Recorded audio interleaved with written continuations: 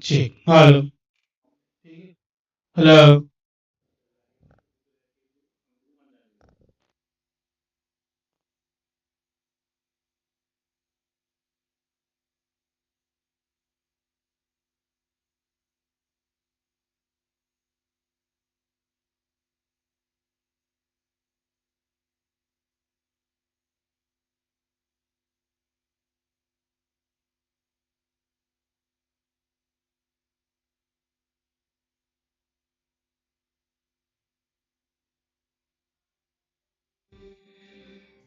Vande Mataram Sanskara.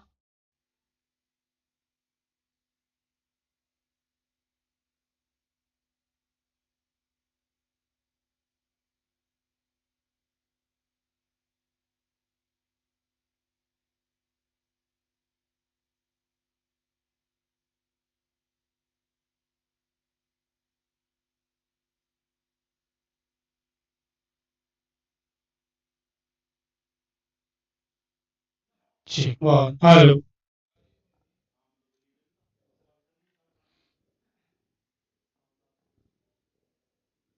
Hello, hello, Amit sir, this is audible. We are ready for the closing ceremony. OHOW 2025. We, we all made the arrangement and everything is ready for. We are waiting for our guest, chief guest, and all the participants. So now I think live streaming is also started. Okay, thank you.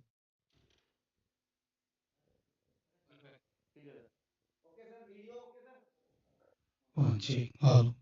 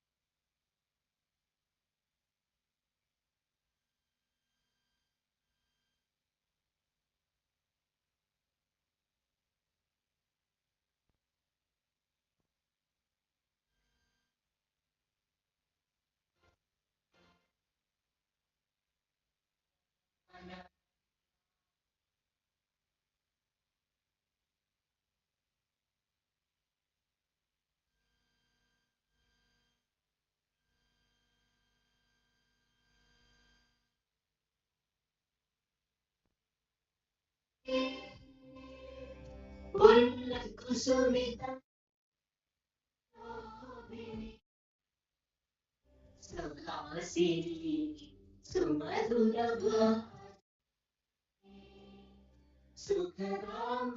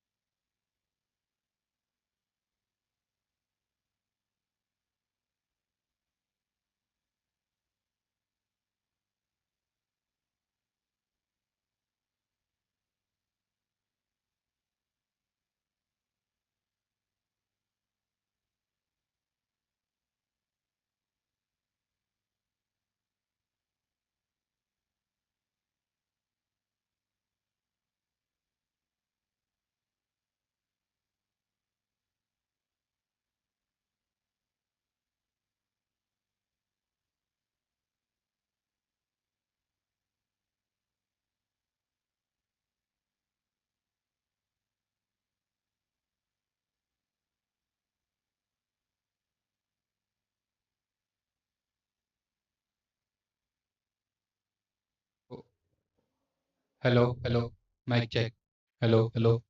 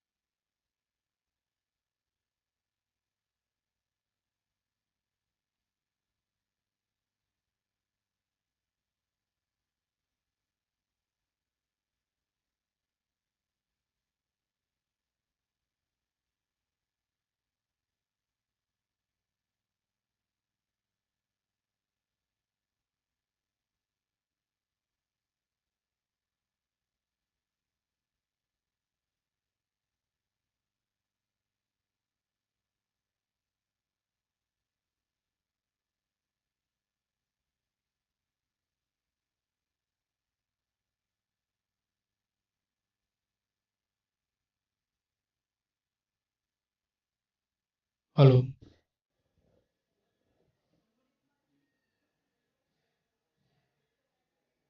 One check. Hello. Hello.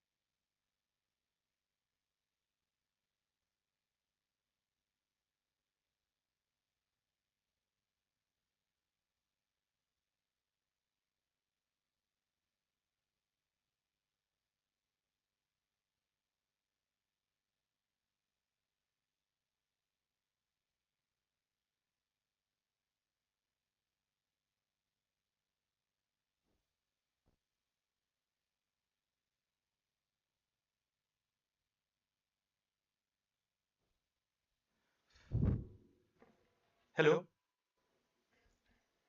Hello, hello. या ठीक है।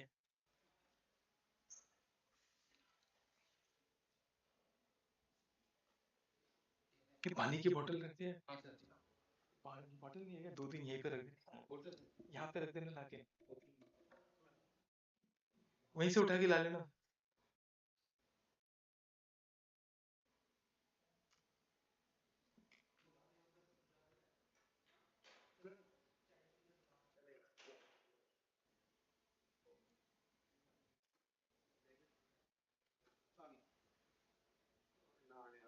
ठीक हो गया।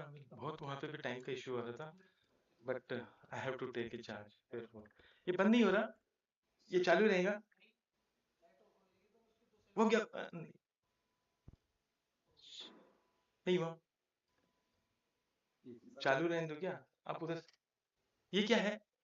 शिवा वाला उधर उधर।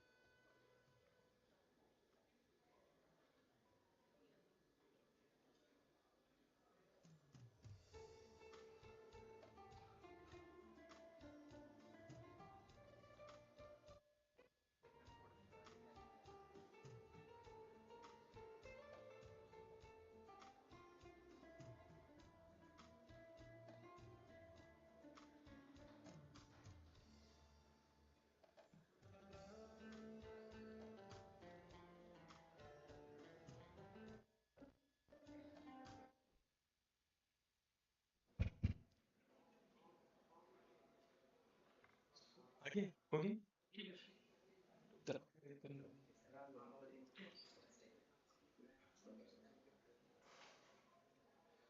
So, good evening, distinguished delegates, esteemed speakers, dear colleagues and friends from around the world. After 4 days of intense knowledge sharing, deep discussions, and a record of cup of coffee, we have finally arrived at the finale, I should say grand finale of Ohow 2025. I once again welcome you all in this auditorium of Ravindranath Tagore Auditorium of CSIR-CBRI. So this welcome to the closing ceremony of One Health, One World 2025 being held here in CSIR-CBRI Roorkee. If you are feeling wiser, happier and slightly tired, don't worry. That means you have attended all the sessions. Let us begin this evening with enthusiasm, warmth, and of course, our signature Oh How energy. Rather than talking too much, now we will come to the proceedings on Bright Spark lectures. Many people have asked me what is this Bright Spark and what is Spark. So I would like to explain those things in short. So our closing ceremony begins on a high note with a two remarkable Bright Spark lectures from leaders whose work spans continents and transforms our understanding of disasters and resilience. These lectures are called Bright Spark not because they came at the end of the day, but because these speakers genuinely ignite new ideas. So this was a very common question what I have mentioned from Dr. LP Singh. So it is our pleasant surprise and opportunity also that we have today with us Dr. LP Singh, our as first bright spark of today's evening. He is presently Director General, NCCBM, New Delhi, an authority in sustainable material and climate responsive technologies. Sir, the stage is yours to enlighten us on the pressing challenges vis-a-vis cement industry in India. So over to Dr. LP Singh, please. Before that, I request our director, Professor R. Pradeep Kumar, to welcome uh, Dr. LP Singh with a flower of bouquet to his parent institute.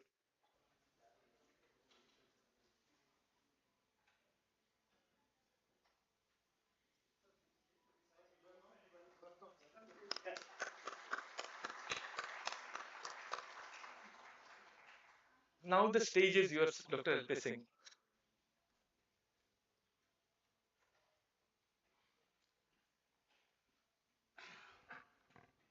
Namaste, my CBRI extended family. Konnichiwa to Japanese friends, and good evening to rest of the delegates who have come from across the globe. I'm really happy to be here. I spent 23 years at CBRI, and whatever I am today, I owe this to CBRI. It has been a temple of wisdom for me.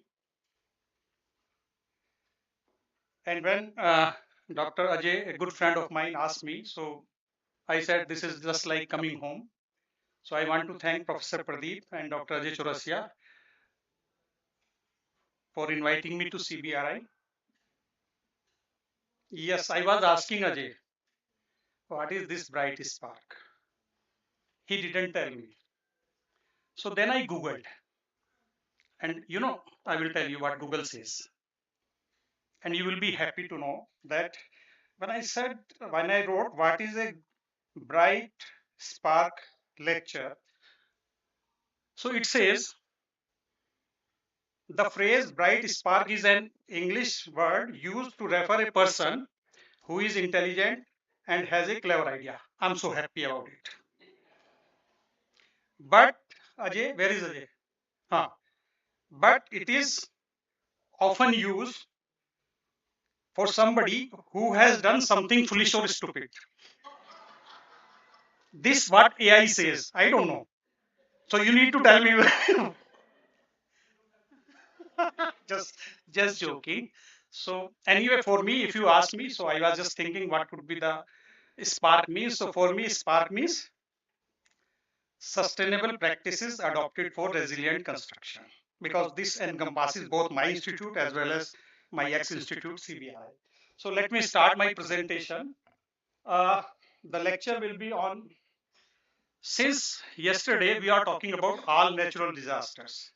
We are talking about uh, landslide, we are talking about earthquakes, we are talking about tsunami, but probably one area that we did not cover is man-made disasters, and that is climate change. So my talk will be on our preparedness for climate change against accelerated growth for Indian cement sector. Because on one side, we are growing in terms of infrastructure, we will be producing more and more cement, but at the same time, we need to address the problem of climate change. So why we talk about climate change, we all know it very well. There is a climate clock at CBRI main gate also, and it says, because as per Paris Protocol, we need to keep temperature of the Earth below 1.5 degree centigrade. But the problem is, ये काम नहीं करता क्या? दे दे यार. Okay, leave it. So it means that we need to keep the temperature of the Earth by 1.5 degree centigrade. Right. Okay. And it was expected that probably it will take decades to reach 1.5 degrees centigrade. Which one? This one? Okay. So it will take decades to come, but time left is very short. We are left with 3 years and 243 days to reach the temperature of the Earth by 1.5 degrees centigrade.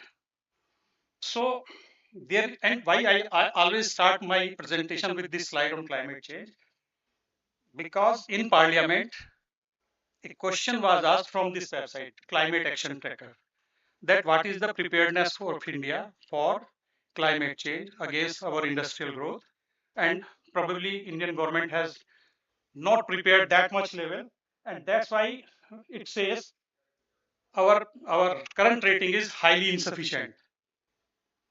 And if we talk about Japan, it's sufficient or moderate. Other countries are also in the category of highly insufficient. Few years back, we were critically insufficient. So we have now started thinking about climate change, and that's why our rating has now improved from the last 2 to 3 years, from critically insufficient to now we are highly insufficient, but still we have to do a lot. As compared to country like Japan or country like US, we need to go a long way. But at the same time, they are developed countries and we are developing countries, and where we need to develop our infrastructure, that means we need to have more and more energy, that means we need to have more and more cement, and that means we need to have more and more steel. So that is the challenge country for countries like India and China. If I talk about Indian cement sector, all over the world, more than 60% cement is produced by alone India and China. China is somewhere around 51% and India is around 9 to 10%. Rest of the countries are less than 40%, right? So the climate change problem with regard to cement production is basically to be addressed by India and China. If I talk about how much CO2 is produced by different industrial sector, cement contributes around 6.3% of CO2 emission in India as compared to other sectors, and cement is called one of the hard to abate sector. So as I mentioned that this is one of the 8 core industries of India. We are the second largest producer after China, but still per capita cement usage in India is only 290 kilogram, whereas world average is somewhere around 540. In India, we have around 161 integrated cement plants, 5 clinkerization units, and 130 uh, grinding units. So normally a cement plant where you have clinkerization as well as grinding, we call it a integrated cement plant. But there are some plants that only produce clinker, or there are some plants they procure clinker and then they produce. So that's why they are called grinding units. In India now, discovery of cement is 200 years. In India, we started producing in 1914, so almost 115 years, 110 years, and we are growing like anything. Last year, we produced around 453 million ton of cement. But as we are growing, as we are planning to have to be a Viksit Bharat, a developed India by 2047, so we will be growing with a growth rate of around 4 times. So by 2050, we will be somewhere around 1400 million ton. And after that, we are expecting a plateau that by 2070, we will be producing around 1700 million ton of cement. So why cement is called hard to abate sector? It's a very simple chemistry. We use limestone to produce cement, calcium carbonate. If you burn it around 1450 degrees centigrade, you basically produce CaO and CO, right? Molecular formula of CaCO3 is 100. So if you heat a calcium carbonate or limestone of 100 kilogram, 44 kilogram of CO2 will definitely go out. And there is no solution for this. And that's why cement is called as hard to abate sector. So 44 kilogram, 44% CO2 is coming only from the burning of limestone.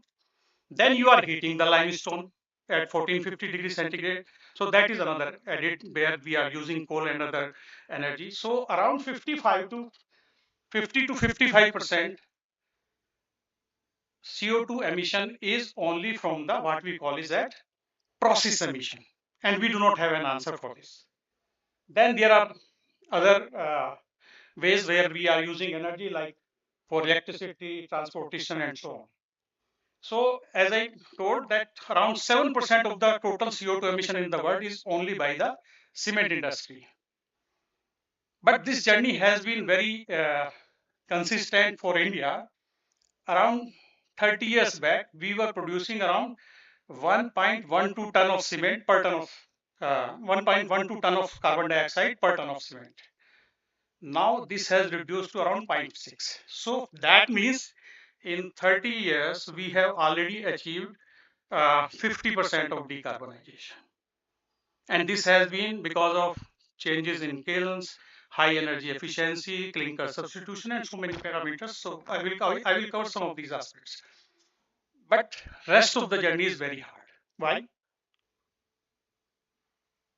Global Cement and Concrete Association has developed a roadmap where it says that is to achieve net zero.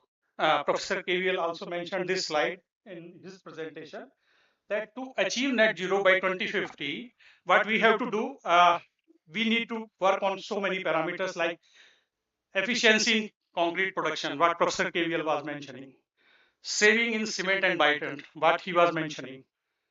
Then that is the role basically for concrete technologists or civil engineers. But person like me, our role starts. Can we do saving in terms of clinker production? Decarbonization probably industry has to do. Then still there is a lot of scope for which we do not have answer. So everything we kept in for carbon capture means that means you have to capture that CO2 and utilize in some way or other. Then only you can achieve net zero. And India has committed to become net zero by 2070. But world over, some countries have committed by 2050. Japan has committed by 2050, China by 2060, India has committed by 2070.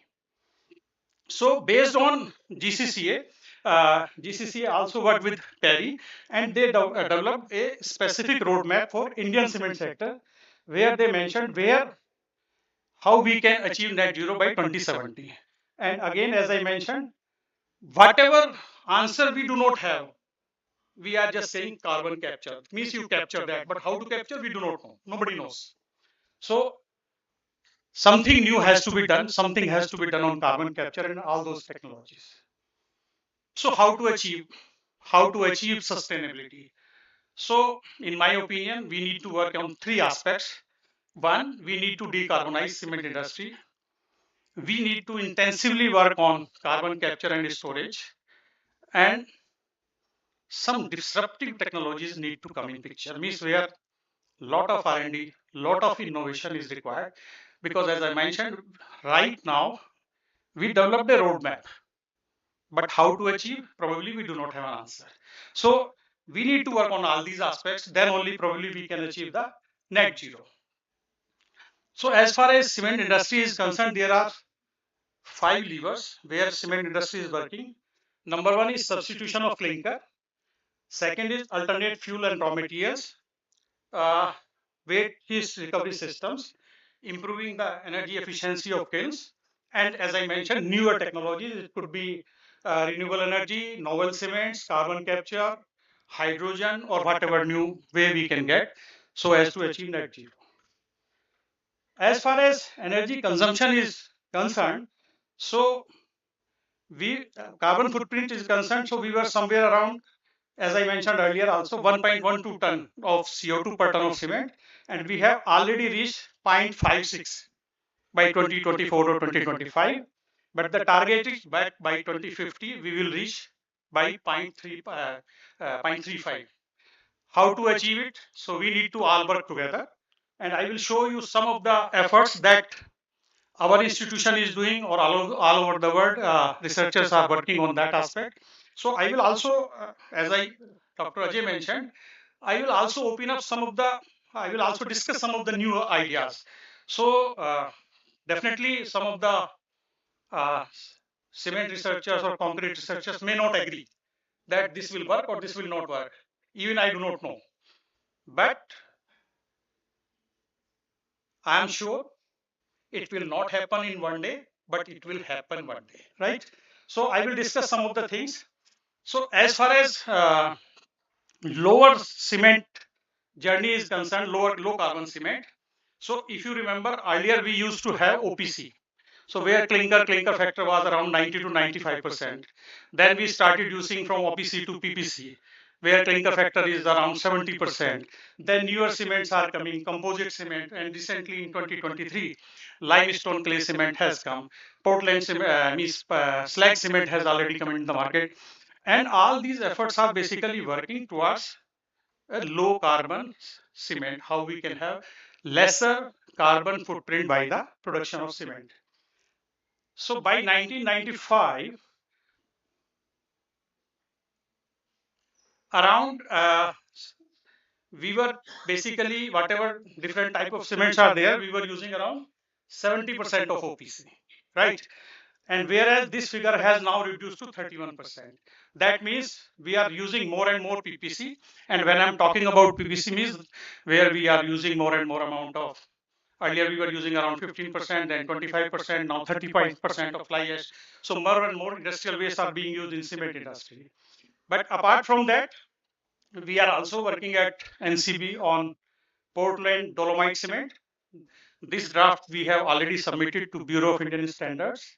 Then Portland composite cement based on fly ash and limestone. So where clinker factor will be around 60%. Then Portland limestone cement. Of course, clinker factor will be high. So while we are working at NCB, our idea is what are the locally available material over there. Suppose somewhere PPC is there. So if we can develop a Portland limestone cement, they can use limestone. So at least 10% reduction will be there as far as carbon footprint is concerned. So these newer type of cements will soon come into the market, will take another 10-15 years, but they will see light of the day. How we are using industrial waste, that has been a very successful story. And I am mentioning the year 1994. And why I am mentioning that, first fly ash mission was constituted by Department of Science and Technology in 1994. And by that time, this fly ash was considered as toxic and radioactive. You can Google it. At that time, all research people used to say this is a toxic material and radioactive material. I joined CBRI in 2000, and I used to receive sample from different cement, different coal industry, and they used to ask us, please let us know how much radioactivity is over there. So then it was that time it was the concept was that it is toxic and radioactive. Then over a let us say decade, we said this is neither toxic nor hazardous, but this is neither toxic nor radioactive, but still this is hazardous because we were considering that some heavy metals could be there, right? Then we found even if heavy metals are there, and when you add this to concrete, all those heavy metals are basically fixed within the cement matrix. So then we said, okay, it may not be toxic or hazardous, but it is industrial waste. But then we started using it for cement industry, and we call it as secondary resource material, because other than limestone and clay, we started using fly ash for manufacturing of cement. So we said it secondary resource material. But nowadays, all captive thermal power plants, they say we generate two material from coal. One is electricity, and second is the fly ash, because they sell fly ash nowadays. So this is how research can transform a material which was considered as toxic or radioactive into a uh, primary resource material. Then these are some of the conventional research that has been done. And as I mentioned, something new will come. So probably LC3 cement has come in 2023. Next cement probably could be L3C2. And you know where this research is going on? CBRI. This is our paper published in 2025 only. And where we are planning to develop solidia type of cement. So you need not to heat at 1450 degrees centigrade. You will heat only 1250 degrees centigrade. And then you will not be using limestone. In fact, you will be using low grade limestone, because there is a legacy of low grade limestone waste available in the last 50 years at the thermal power plant, I mean at the cement plants. So the idea is, can we use that low grade limestone for making cement? Because we have reserves, limited reserves for limestone also. I don't think it will be available after 30-35 years. So we need to find solution for that also. Then another idea could be electrochemical cement. So as I mentioned, the material limestone is the problem. So it may so happen that other than limestone, can we exclude limestone? Can we use basalt? Because it doesn't have CaCO3. It has only calcium and silica. No CO2 is there. So if we can use basalt, so there will be some electrochemical chamber, and it will basically segregate calcium and silica. Then whatever CO2 is generated when you are manufacturing the cement, that CO2 will react with calcium and will make limestone, CaCO3. So this will be basically a closed loop system. Whatever silica we are generating, we will be used for other construction applications. At the same time, we will be using hydrogen also. We will be splitting water. So we will have hydrogen and oxygen. Hydrogen energy we will be using for electric vehicles and other applications, and oxygen, whatever we generate, we will be using for the oxy-fuel combustion, oxy-fuel technology for cement, the cement plant. So this could be one of the concept. And in the entire process, there is no CO2 going out. So right now, this looks to be a feasible idea, but doing in laboratory versus pilot versus at industrial level, it takes a lot of time. So I'm not saying it is going to happen tomorrow, but it may happen. Maybe let us say after 10-15 years or so. So that is why some of the disruptive research are also required to be done. And institute like CBRI or NCB or IITs, they are working on these newer ideas. Then cement industry is one such industry where different kind of fuels can be used. Any waste that has certain calorific value can be used by cement industry. if it has a calorific value more than 2000, we can use it as a fuel for the cement industry. So different type of waste, whether it is tire waste, municipal solid waste. So those who visit normally Delhi side and you see Gazipur waste at your left, right, when you are entering to Delhi, if you start monitoring it, it has already reduced 30%. The reason is all the municipal solid waste is being segregated, and whatever good waste is available for which has a good calorific value, we are using it for the cement industry. Then biomass, parali is a problem. Already we are working on it. 10-15% agro waste we are already started using in some of the cement plants. The only problem is the logistic. Then different kind of other solid hazardous waste or plastic waste. All these waste are basically can be used by the cement industry. Then apart from that, many type of raw materials, because as I mentioned, there is a limited stock for limestone. So then we need to use other kind of industrial waste, whether it could be a copper slag, whether it could be a red mud or SPL waste, spot lining waste, lime sludges, phosphogypsum. How much time I have? ये तो 3 minute दिखा रहा. So only 3 minutes. Okay. अभी तो आधा भी नहीं पहुंचा मैं. So anyway, so I will go fast, little fast. So all these kind of materials, industrial waste, basically can be used as a raw material for the manufacturing of cement. And these are different kind of. We have done national level mapping that how much different kind of industrial wastes are available, and how much percentage of these waste can be basically used for the manufacturing of the cement. Then electrification of kiln, that will be another area, because right now no internationally even no kiln is 100% electrified.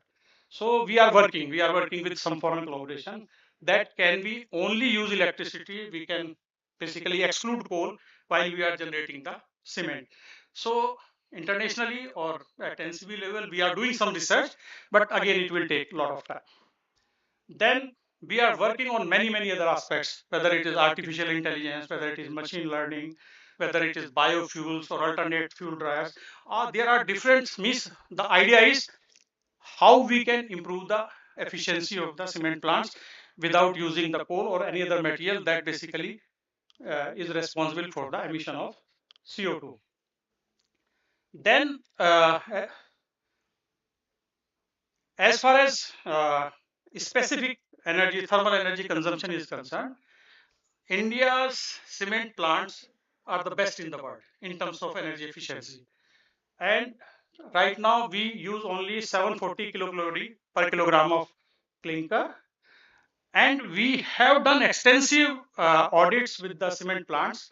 And there was a scheme by Bureau of Energy Efficiency, PAT scheme, Performance Achievement Trade, and 2 cycles have been completed. And under these schemes, these cement industries were given target after discussion with them, and then they achieved the target. And in that scheme one, we saved around 1.48 million ton of CO2, and which is 80% higher than the target given to the cement industry. And in PET 2, we have done 1.5 million ton of CO2, which is higher than 48%. So what of the target? So we are working on all these kind of research at NCB. Then, as I mentioned, apart from all these things, at least ultimately everybody need to work on carbon capture and utilization. So there could be 3 ways where we can basically use carbon capture. One, once CO2 is coming out from the cement plant. One could be while we are basically producing the cement, so during the combustion period. And third could be pre-combustion. So the pre-combustion is basically you use basically coal. From coal to you make basically gray hydrogen, and that you use. Oxy-fuel combustion is basically while you are producing the cement, you use some technology, CO2 you basically recycle again within the cement plant, and then you can save. Post combustion technology, some of these technologies like amine base, MEA base, that is a bit established, and there are 1 or 2 plants, not cement plants, but other industries, and they are using this technology. This is a very sad figure for India. As far as carbon capture is concerned, this data I have taken from internet. In China alone, there are 75 demonstration plant on carbon capture. Right? Out of 75 these plants, 34 pilot plants are basically on enhanced oil recovery and mineralization. So major area is enhanced oil recovery or mineralization process. 75 demonstration plant in China are running in 2025, and in India we are just zero. We do not have even a single demonstration plant on CCUS. But now government is extensively working on it. So this year there was a call by Department of Science and Technology that there should be some pilot studies, 1 or 2 ton pilot plant, if you can basically demonstrate. So against this call, we basically 4 IITs along with NCV got success, different technologies. So first is IIT Madras, they are working with bits and Ultratech cement. IIT Bombay is working with Dalmia. IIT Kanpur is working with JSW, and IIT Tirupati and ISC, and along with IIP Dehradun with JSW. And whereas we are working with JK Cement, and under this program, we will be basically integrating one carbon capture plant at site with a running cement plant, where we will be capturing 2 ton of CO2, and whatever CO2 we will be producing, we will be using for the mineralization application. So mineralization means that whatever CO2 is being produced, we will be producing industrial scale aggregates on that, and that can be basically used for making blocks or concrete elements. Apart from that, government is very serious only for cement sector. There is a proposed national carbon capture mission. This is for 6 years, and there is a provision for around 38,000 crore rupees only for this.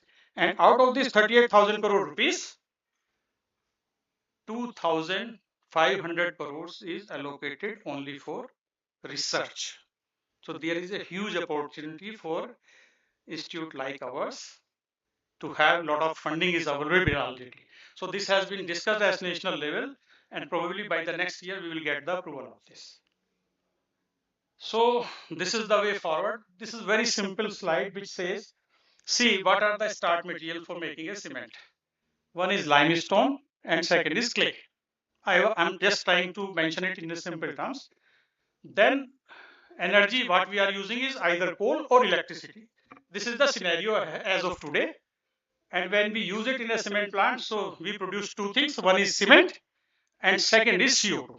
So we need to make CO2 as a material for something else. So what we can do, number one, change limestone to basalt. So there will be no CO2 emission. That could be one possibility.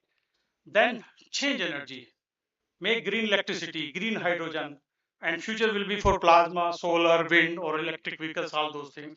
So together, if we do this, probably we can substantially reduce the CO2 emission coming out from the cement industry. And even then, if CO2 is coming out, that can be used either developing building products, because CO2, see, if you can make methanol, ethanol, any chemicals, once you have you have carbon available, you can use hydrogen energy. Right now things are expensive, but in future all this CO2 basically will be used for developing chemicals. Even then there could be a possibility that still we are not getting net zero. So then there are ways where we can put this CO2 under geological storage. Then some of the CO2 we can, as I mentioned, for electrochemical method, some CO2 can be basically used by oxy-fuel technology within the cement plant.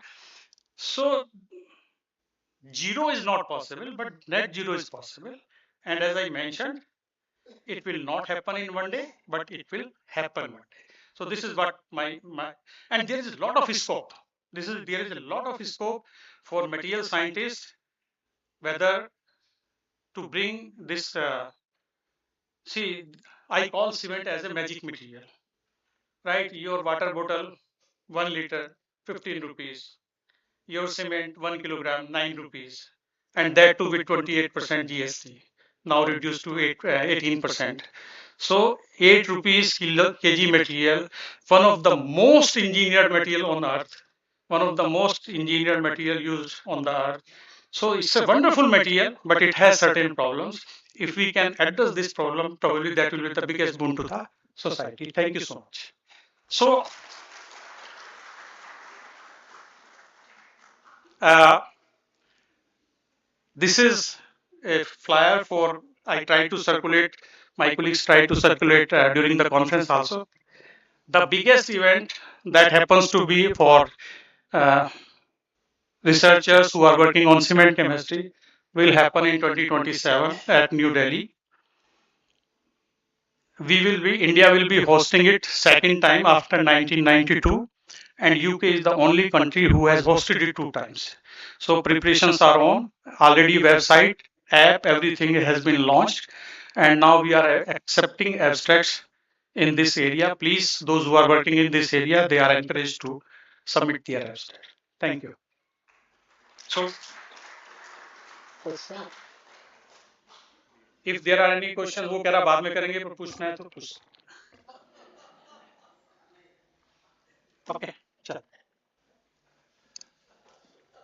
Thank you, Dr. LP Singh, for a very nice presentation and in enlightening and sparking new ideas. So we can have more question answer sessions and new ideas and project later on during the dinner. So may I now request Professor Saw Zhu, our second bright spark is Professor Zhu is from University of Tokyo, whose work in earthquake disaster resilience combines the scientific brilliance with practice innovation. Sir, we are eagerly look forward to your insights on earthquake disasters, particularly your work on Myanmar earthquake. So, stage is yours. So, before the stage is yours, I would like to welcome you with a flower.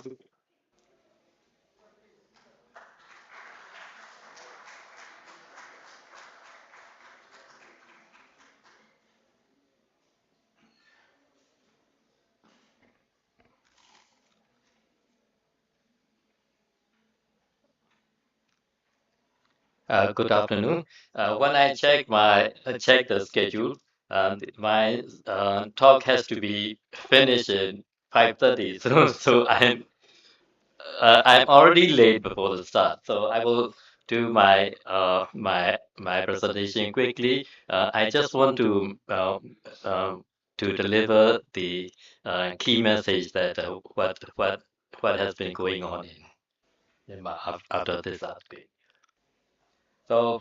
Uh, This is the background of Myanmar earthquake that we have this. Okay, so we have this continental drift from the India. Okay, yes. So this India plate and Asia plate, and then we are at the plate boundary of the the eastern side of the plate boundary, and then this earthquake happened in our strike slip that shear zone, and this is the risk that we normally mention, and then normally we just say that we uh, uh, try to reduce the exposure and then the vulnerability, then the element of risk will be also reduced. But for the Manly earthquake, what happened is it happened at the worst event at the worst location and the worst time. So uh, the uh, size of the damage is huge for us. Because this earthquake was happened in the right middle segment of the Sagaing Fault. Uh, we have actually past earthquake, but they are not that huge. This is our lifetime time event.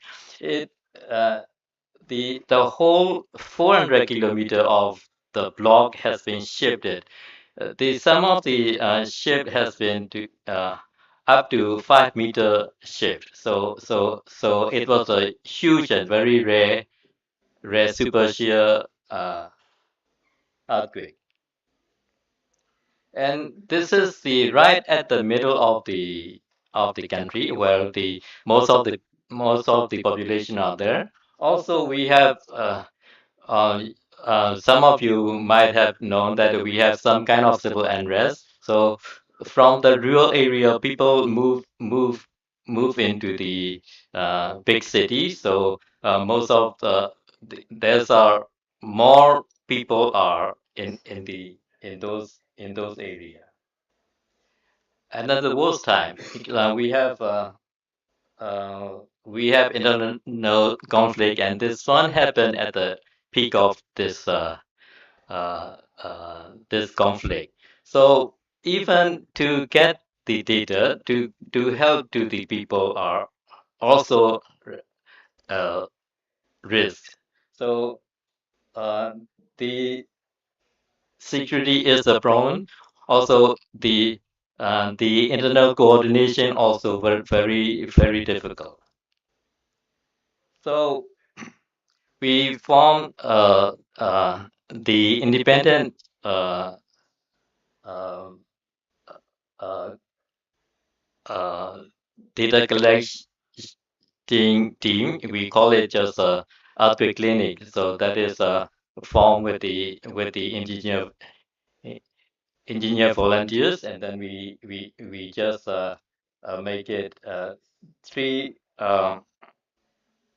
three works. One is the uh, rapid assessment, and then the guideline for the structural review, and then the sum of the mapping.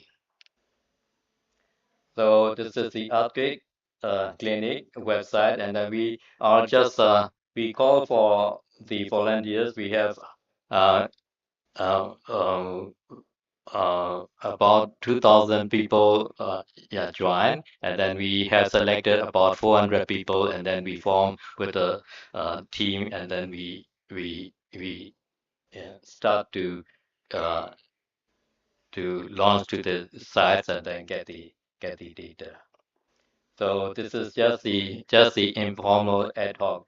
Why? Because what happened to this earthquake is it was happened near Manali, but that block has been very long. So Naypyidaw also got hit, where the government administration has been located. So most of the uh, government offices also badly hit. So the central uh, uh, central disaster committee has not been initiated. So we just form ourselves, and then we work with the volunteer engineers.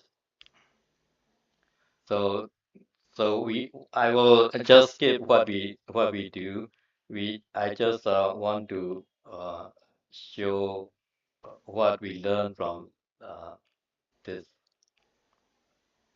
So it's very interesting. The first 2 weeks, people were panicked. They even cannot sleep at their home. They just go to the street and then sleep. But at the time, the weather is very hot and sometimes not stable. The heavy rain is also coming. We try to convince the people, the buildings, your building is safer than my building in Yangon, which is far from from this earthquake because your building is damaged, but Your building has been tested by the 400 kilometer uh, uh, shaking table with the 7.7 magnitude real earthquake. So if your building is survived, that means your building is tested and proven. So you can stay and you can continue your business because that is one key. The key point is that the Manali area, Sagayan area, is not very stable. So if the people are not going back to their home or business, people will be staying in the street, and that can create a lot of more problems. So we try to convince the people your building is safe if they are not that structurally damaged. So because we also found out most of the building, 90% of the buildings are minor or very few damages. Those building has to be reoccupied and work because for the hospitals also, most of the hospitals are low rise, so they are not that damaged, so they can be also re uh, resume their work. So that's how we uh, try to convince the people in first 2 weeks. The media also highlight for the damage and conflict issues. Network and logistics access and business were also interpreted. And then lifeline and things are uh, the search and rescues are the priority. And then for us, we try to we what we did is we try to identify the safety of those buildings, which you can reoccupy, resume your your business. Some of the badly damaged building, we clearly identify this; they are not fit for use. And then 2 months after, so most of our damage assessment were done after two months. So we start to to encourage the people to start with the structural to stabilize their their damaged one, and then the government also start to work for the lifeline services like water supply, electricities are back to normal, except two bridges that has been damaged. And then the uh, government department and council, they start to produce the standard operating procedures, how to prepare things. And most of the demolition and clearing are doing mostly in the two 2 months time. So at this 2 months, we have some kind of we can establish some kind of communication between parties, for the people, the government, the agencies, and us, the engineers. And then 5 months, 6 months after, um, um, the most of the work, because we start with the uh, response, recovery, and then the mitigation. So most of the response part has been finished because the when the response phase is short, the recovery phase is also short. So within 6 months, most of the work has been done, and then we start to for the recovery phase now. So most of the work has been done by the uh, uh, uh, local community and then the local engineers. So because of the local action and local decision, um, the decisions are practical, even not they may not be the best, and then we can make the quick decision. Uh, so the project cycle is also short, and then we can do the quick fix. So that's the w- we also uh, want to acknowledge the resilience of uh, the people in the Mandalay and the kind area.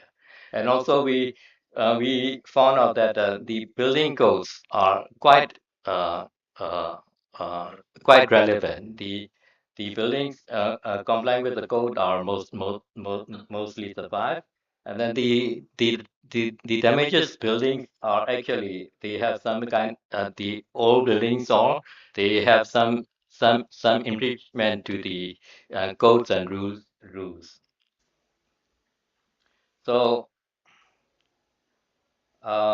this is the last slide. So we for the way forward, we are doing for the to improve the construction practice.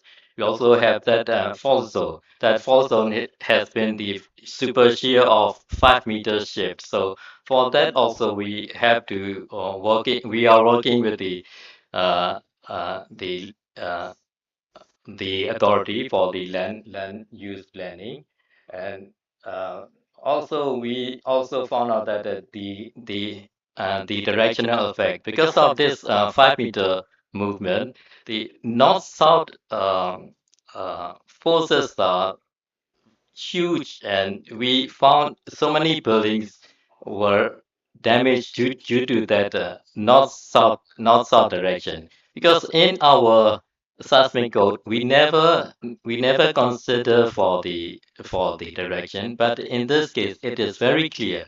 The north south is very strong, and we have to do something for this. So that will be also the some of the future challenges we have to work. And then now we are starting to talk with the for the repair of the basic education building and retrofitting of those buildings, and then the training. Also, we are doing the public awareness thing. So uh, because these 2 days we have been talking about the science and engineering, and then the first lecture of the Professor Megri said that the social uh, uh, dimension. So that is also very important. We go for the science, but we also have to um, work for the simple and practical things for for the public. So thank you very much for having me here. Wonderful. Yeah. So thank you, Professor, for a wonderful presentation. So may I now request Professor Pradeep Kumarji to felicitate Professor with a token of memento as a appreciation. So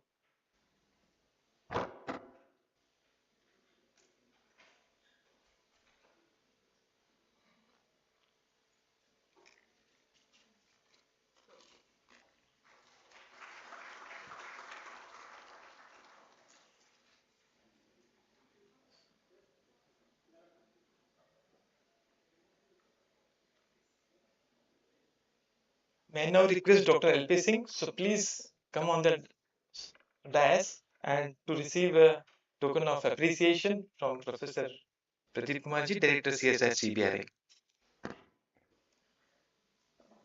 ताली तेज बनानी पड़ेगी.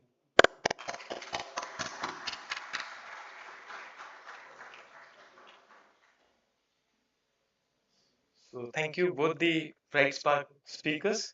So now, ladies and gentlemen, over the last 4 days of Ohow 2025, which has generated ideas, solutions, collaboration, and perhaps even some future research proposals, allow me to present the conference resolution which represents the collective visions emerging from our deliberation over the past 2 days.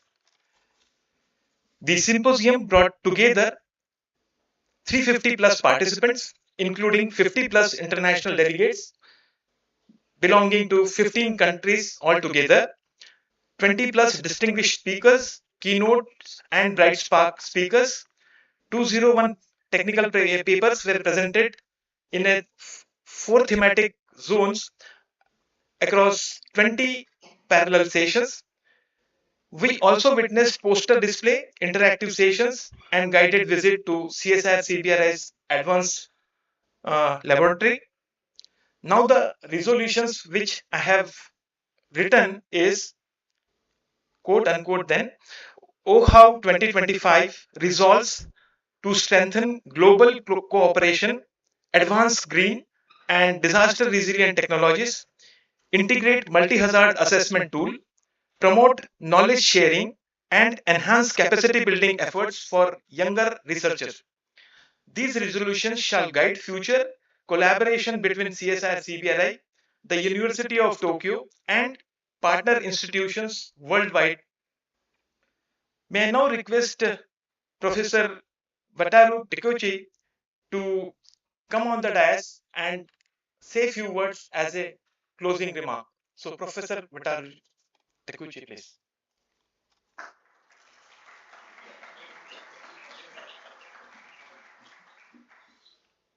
Everyone. What an absolutely superb OHOW 2025 we had here in Roorkee, India. So it has been an incredibly productive few days and filled with inspiring discussions on resilience, public health, climate change, and sustainability. The spirit of One Health, One World has been alive in every session. So first, I'd like to acknowledge the kindness and all of you for your presentations and great lectures and discussions during the conference, also including celebrating my birthday. Thank you very much. And thank you for all of you making this event more memorable.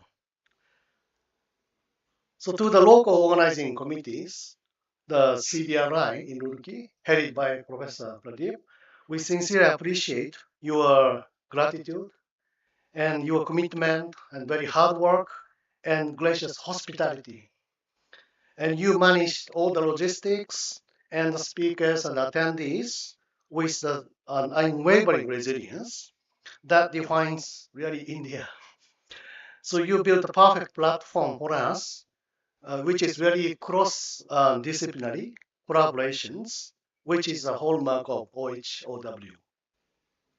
So please keep this network and friendship that you got here very strong. So this community is our greatest asset as we work toward a healthier and safer world. So we have many more innings to play in the future. So as we leave this wonderful country, let me carry the Indian ancient wisdom states, which is a slogan of G20 in 2023 in India. I'm not so much sure my pronunciation is good or not. Vasdavia Kutsumbakam. Am I right? Vasdavia Kutsumbakam, which means the world is one family. So this principle perfectly encompass the mission of One Health, One World. So remember that the spirit of OHOW, resilience and collaboration with our global family. So we get us here. So thank you very much. Bahut Dhanyawad. ありがとうございました。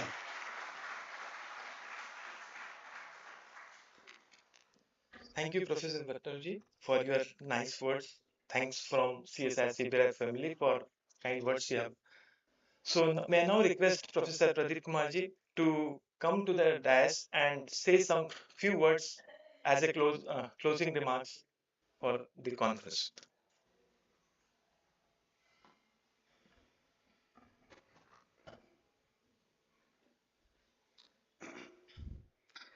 to all the dignitaries present in the hall today. So, Professor Vataru has touched an important chord of Vasudhaiva Kutumbakam. So, this is the last sentence of a sloka which I am going to tell now. Ayam Bandhurayam Neti Gananam Udara Charitam Natu Vasudhaiva Kutumbakam.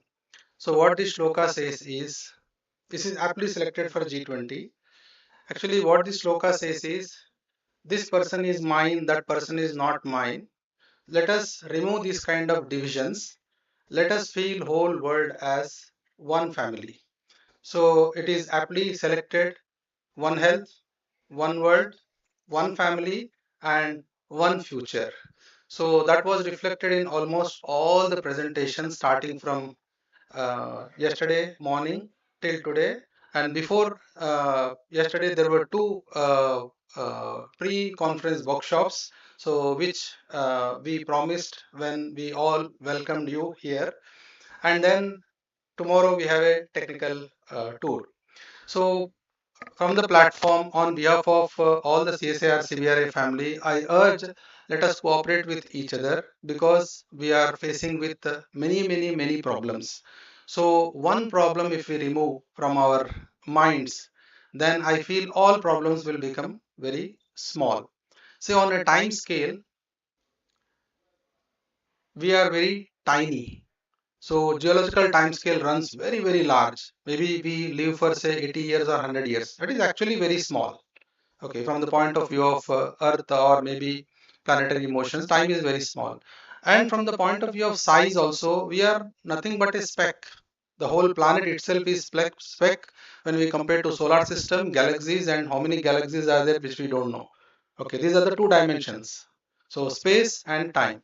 But there is one dimension in which we can surpass many things. That is knowledge. So the moment we acquire knowledge, and that knowledge which will bind people, not divide people, that is the real knowledge. So that is truth. So from the platform of this conference at the end, I feel that those who have found the solutions for disaster safety should freely discuss and help others to reach that kind of safety. Otherwise there is no meaning of anyone calling us so we are advanced. No, when others are suffering we are advanced, there is no meaning in that. So this is not my statement. Actually I was inspired by Obama's speech during COVID. So it was really say so we have to cooperate with each other towards disaster safety. So that's all from my side, and have a pleasant trip tomorrow, technical trip, and also pleasant journey with lot of memories from India back home. Thank you.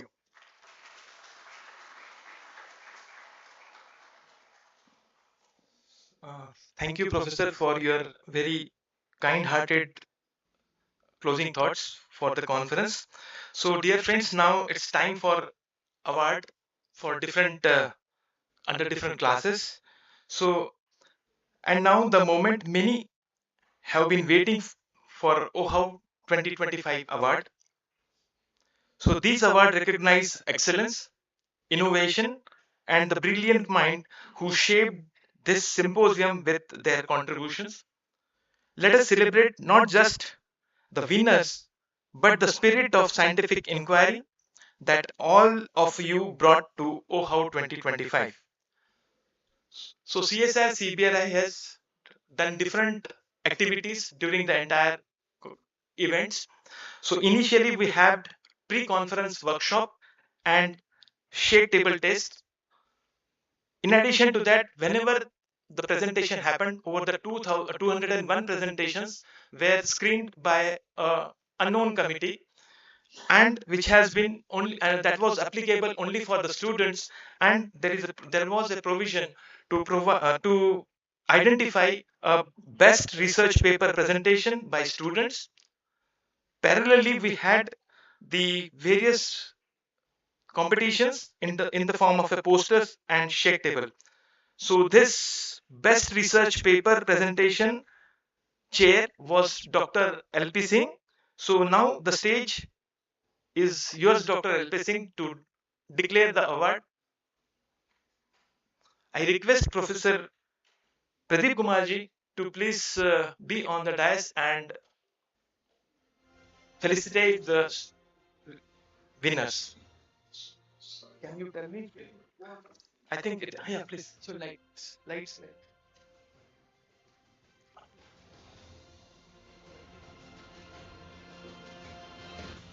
So he's giving. So he's giving me to the something. So third place is a tie. Huh, Okay. huh. This is second. This is second, and this is first, right? Okay, okay. Second is it. So I should go in the reverse order. Third, second, first. Okay.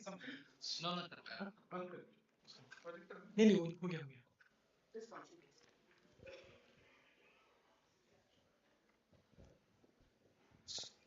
So these certificates have been given to me by Chair Dr. LP Singh. So he has one, two, three, four. We have only three provisions. Okay. Okay. So third is a tie, then second, and then first. Okay. I'll simply read. So this is third prize goes to. Can you identify? Student. So third prize goes to Mr. K. Isawa. The title of the presentation was Optimal Subsidy to Reduce CO2 Emission by Promoting Energy Efficient Housing with a Balanced Approach to Demolish and Renovations. So may I now request Mr. Isawa to be on the stage. Music.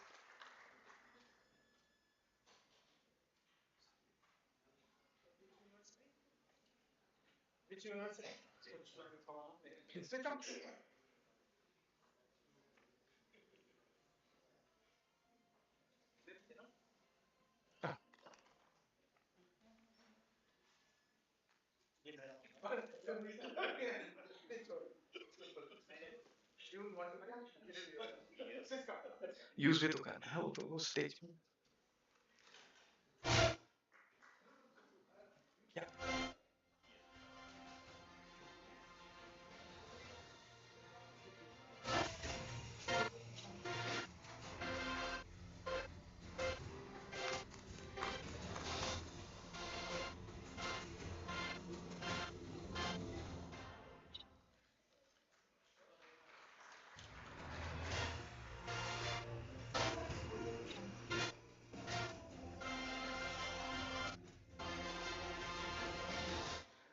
So another tie is Mr. Ashish Kapoor. His title of presentation was Adding Polypropylene Fiber to 3D Printable Concrete, Effects on Printability and Material Anisotropy. So he has gone to Europe. So uh, Kamyanka Thakur will receive on her behalf.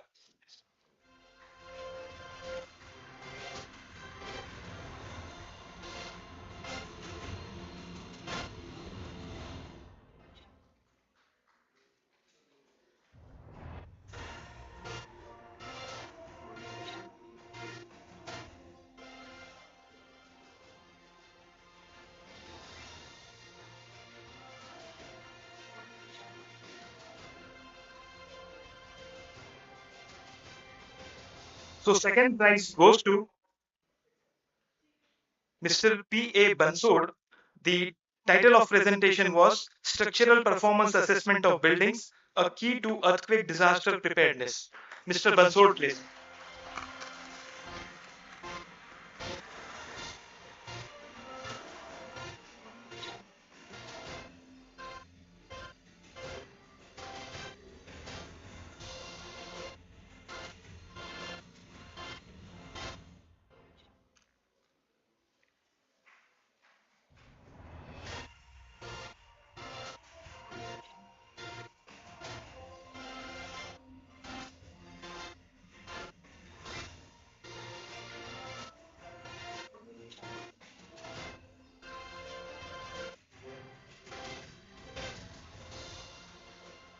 Now it's time for first in excellent presentations. Can you guess?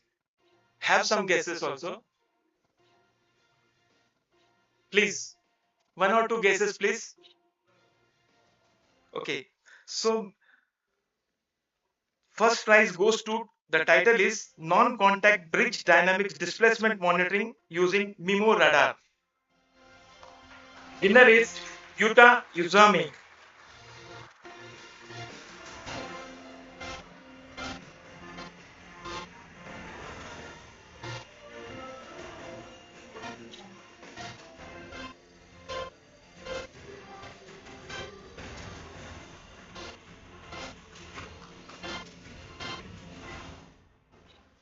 Shiva. Shiva. इधर ही उधर इधर.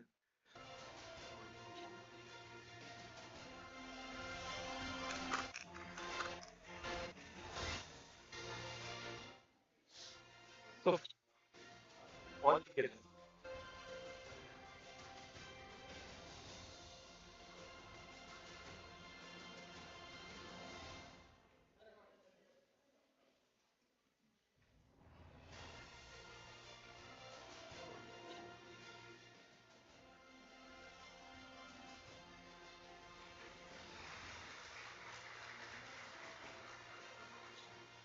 So friends, in addition to that, first 2 days from the conference, that is on 18th and 19th of November. एक minute, एक minute. आपको बोला नहीं जाना. On 18th and 19th November, we had a pre-conference events which were very excellently organized by Dr. Shiva Chittambaram and Dr. Debudatta Ghosh. So may I now request both the doctors, please come on the dais and declare the results.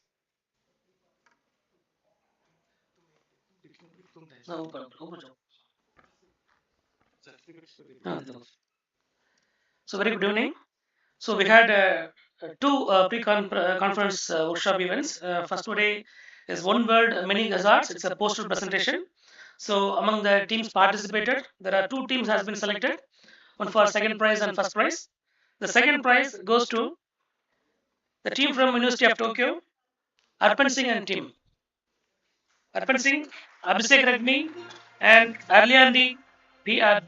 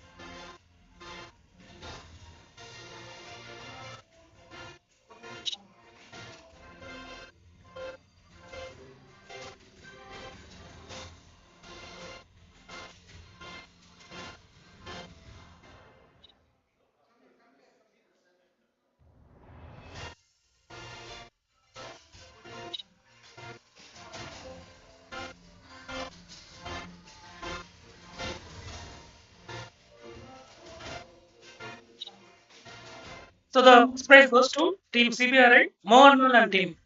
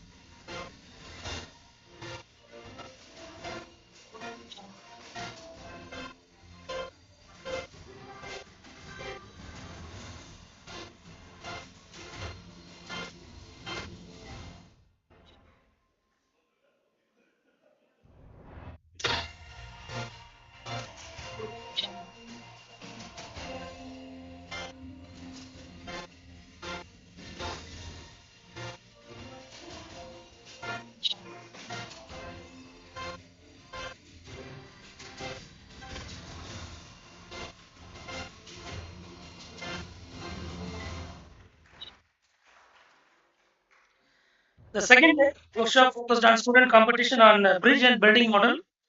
The second prize goes to Team CBRI, Samira Banu and team.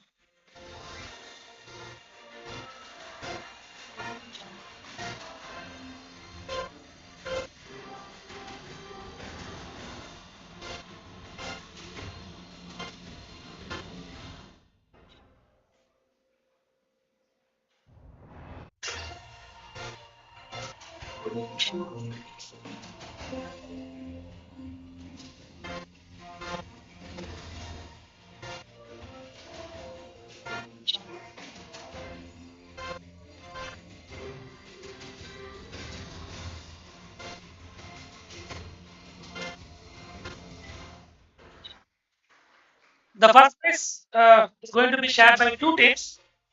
I'm going to call the first team from University of Tokyo, Abhishek Rajmi and team.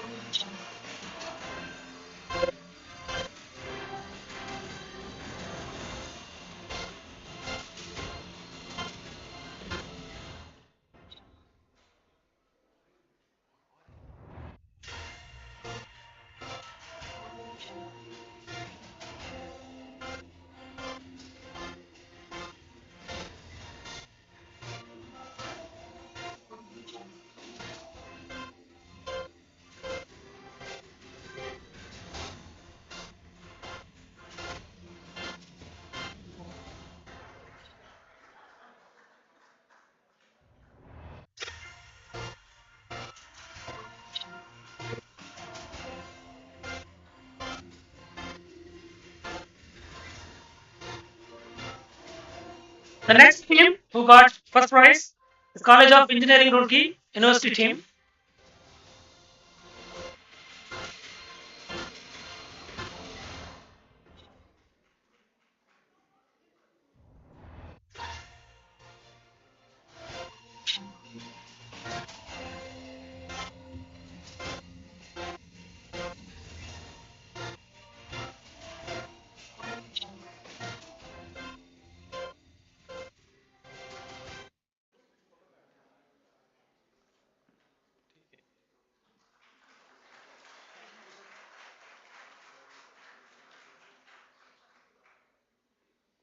Thank you, dignitaries, for awarding the awardees.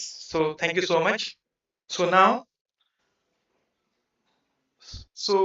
dear friends, now we have a time to invite our delegates to share quick reflections of Ohow 2025, which might be good, constructive, insightful. So randomly, one or two participants can come forward and give their overviews or feedback about the conference. Please, uh, Professor Amlan, please. Somebody from Japan also, please.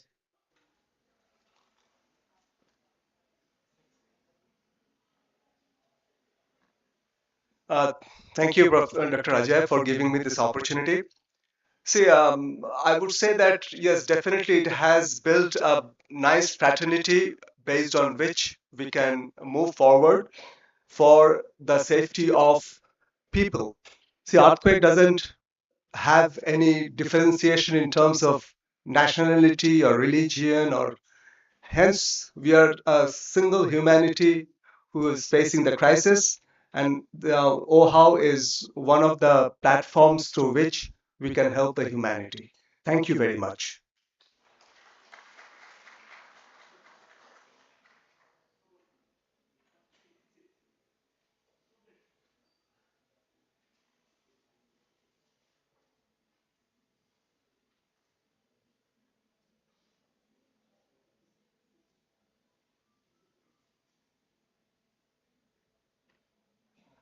Good evening to all of you.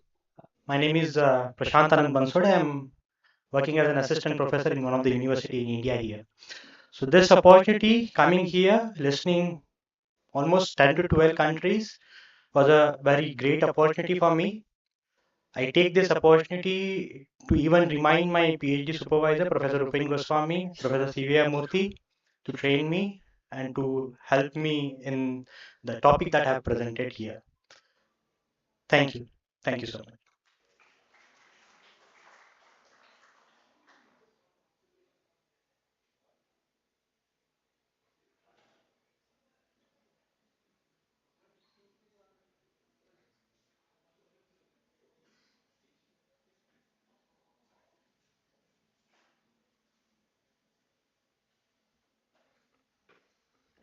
Thank you very much. I'm Tsukasa Mizutani from the University of Tokyo. So I enjoyed this OHOW. So it's really impressive. So I heard lots of good presentation. So I hope so this good community continue so long in the future. So see you in the next OHOW conference. Thank you.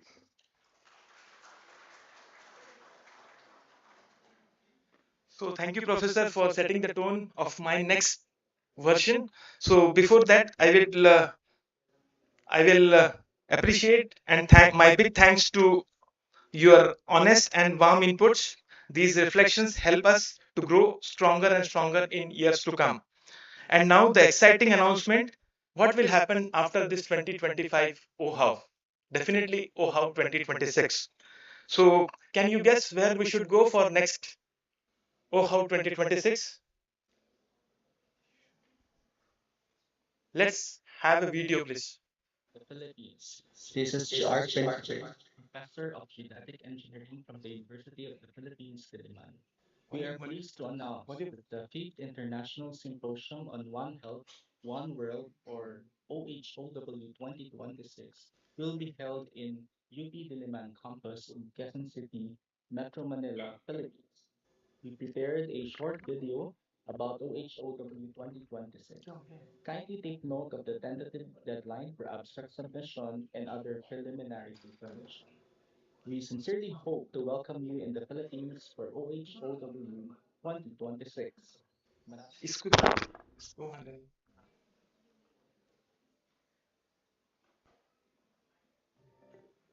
Hi from the Philippines.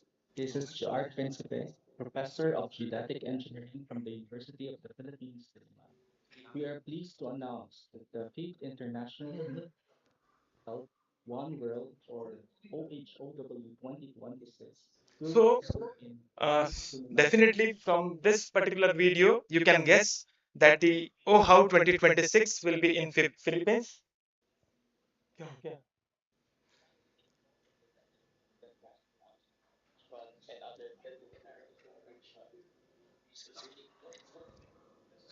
Genetic Engineering from the University of क्या the हुआ? Philippines, Diliman. We are pleased to announce the So, on behalf of Professor, I invite you all for OHOW 2026 to the Philippines. So, with this, we are near to closure for OHOW 2025. So, may I now request Professor uh, R. Pradeep Kumarji, Director CSIR-CBRI, and the Chair for OHOW 2025 to please express his vote of thanks to the audience, please.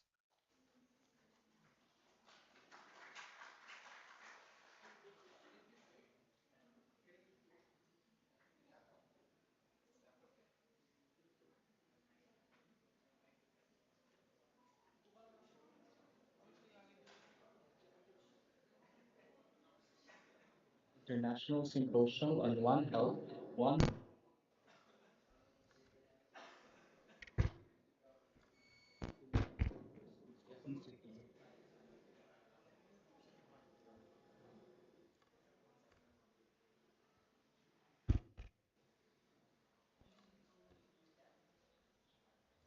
the Philippines, Diliman. We are pleased to announce that the fifth International Symposium on One Health, One World, or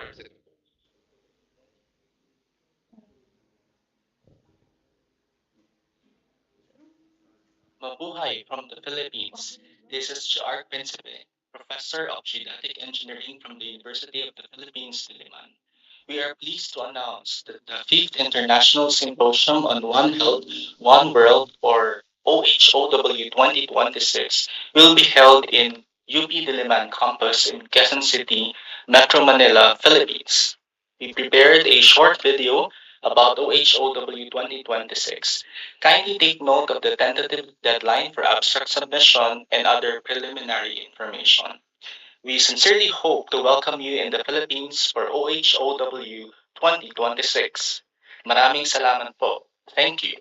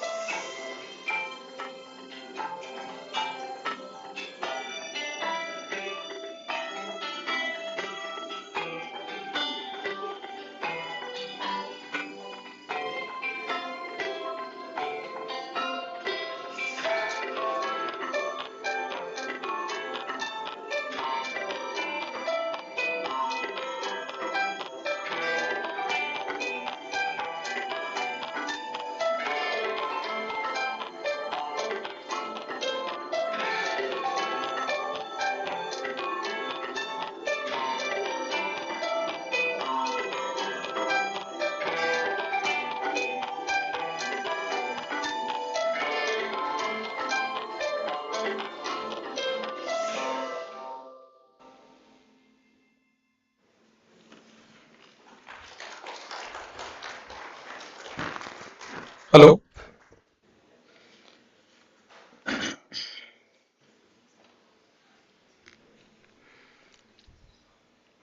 So, on behalf of organizing committee of OHOW 2025, it is my privilege to extend a sincere vote of thanks as we conclude this remarkable symposium, except the technical tour. So, first of all, I would like to thank the overall guidance of our Honorable Director General Madam. She could not attend because of another function in Delhi at the same time, Dr. N. Kalai Salvi. So, for her constant guidance and encouragement to take care of all the international delegates. My heartfelt thanks to all international and national delegates for your active participation and for bringing diverse global perspectives to OHOW. I express a special gratitude to Professor Wataru Takeuchi and colleagues from, have a round of applause, colleagues from University of Tokyo for their partnership, guidance and unwavering support in organizing this symposium. And my sincere gratitude to Professor Kimiro Migro, who served as a chief guest for yesterday's function and also overall guidance, and Professor CBR Murthy and Shri Krishna Vatsa sir, who were guest of honors yesterday. And my sincere thanks to all the distinguished speakers, keynote speakers, including Bright Spark speakers. So now I would like to thank all the committees. I'm just listing the names of the committees. I request all the committee members who are present in the hall to just stand there itself so that you can hear loud and clear the applause. First of all, Technical Coordination Committee was coordinated by Dr. Ajay Chaurasia. Please, your committee should stand. Dr. Ajay Chaurasia, Ashish Kapoor, Kantilal Solanki, Chandraban Patel, Chanchal Sonkar, Biswajit Pal, Kishore Kulkarni, Samir, and Jishan Khan. So, big round of applause for Technical Coordination Committee.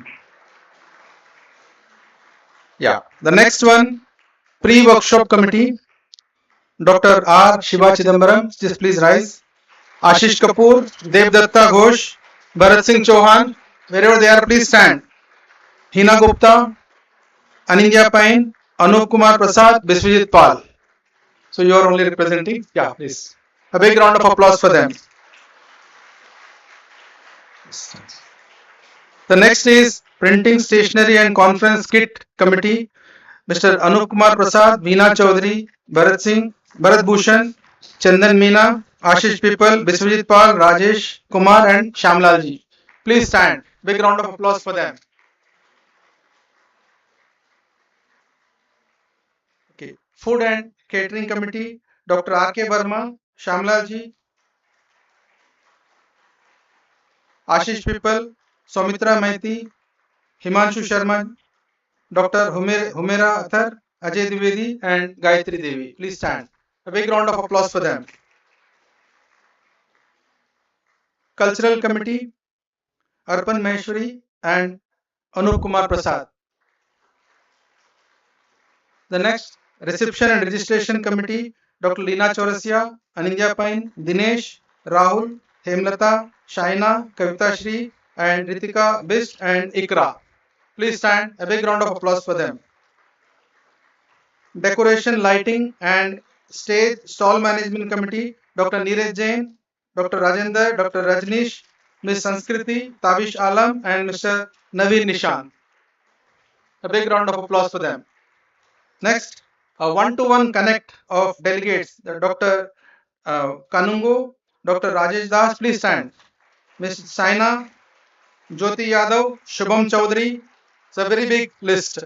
Prachi Chandana, Nagesh Pratap, Amit, Shivani, Monica Joseph, Pankaj, Mukesh, Parul, Dhirendra Kumar, Suraj Kumar, Surbhi Chaudhary, Akash, Vaishnavi, Nafis Khan, Rajeshri, Virat Singh, Sharat Rajiv.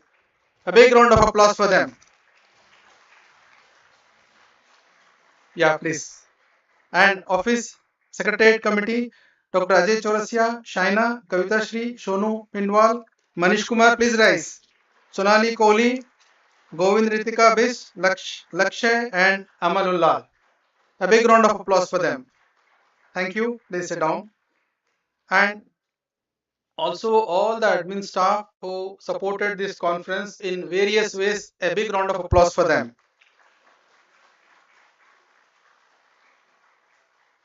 Now coming to money part.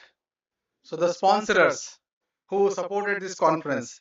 So we are very grateful to our partners NDMA, USDMA, BG Shirke, NBCC, ABC Solution, Tawasta, NVLA, Magic Read, Ultratech, Buildtech, IR Class, Apple Chemi, Termipore, and media for their support in this event. And I might have missed some sponsors. A big round of applause for them.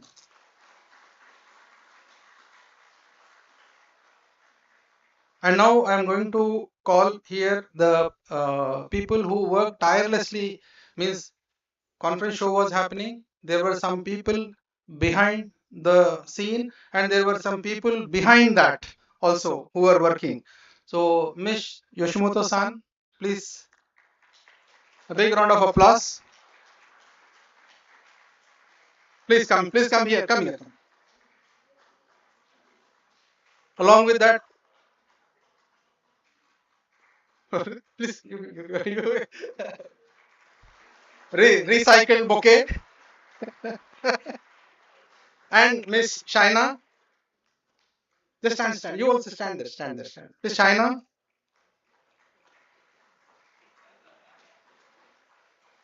Yes. And there is one more person who are behind these two, that is Dr. Ajay Chaurasia, who did work tirelessly. Please stand. A big round of applause for them. Yeah, please sit. बैठ. Please sit down. It's okay. Sit down. बंद करना.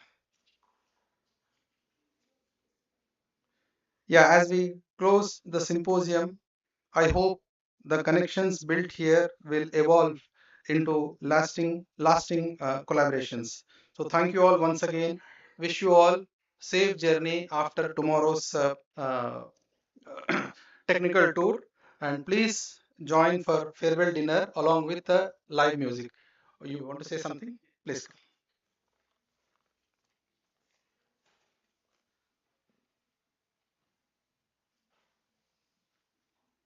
finally, really finally, but not the least, we'd like to appreciate our highest appreciation and great thanks to Professor Pradeep and Dr. Ajay. Thank you very much for all of your great support for us. So we'd like to invite Professor Meguro to hand over our token of appreciation to.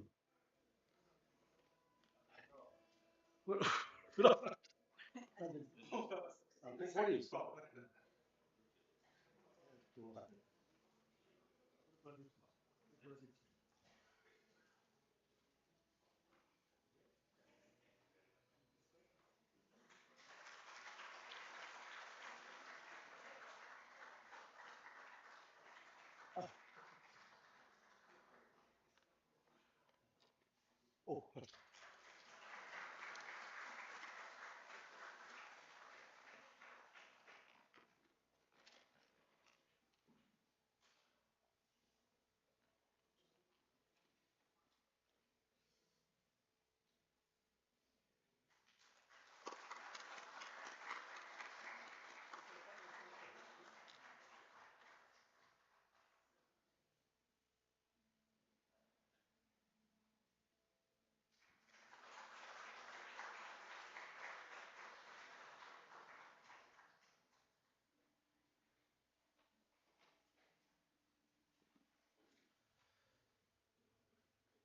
So thank you so much, everyone, for really making Ohow 2025 a real success. Now we are at the closing stage. Before that we are closure, I request you all to rise for a national anthem, please.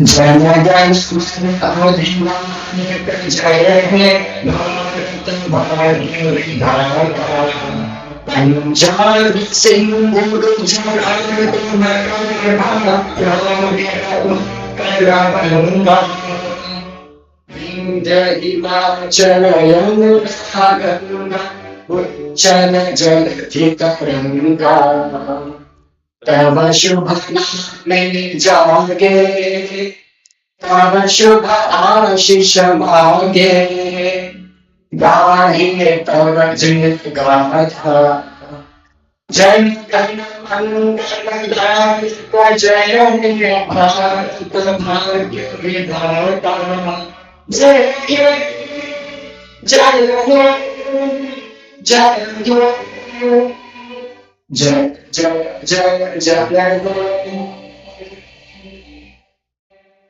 Dhanyawad. Jai Hind. So may I now request all the delegates to please join a cup of tea, and all the delegates or IS members please assemble at first floor conference room of CSIR-CBRI for IIS meeting, and followed by that we will have us at 7:30 a farewell dinner in the honor of all of you on behalf of Professor Pradeep Kumarji and entire CSIR-CBRI family. Thank you so much once again. Namaskar. Jai Hind.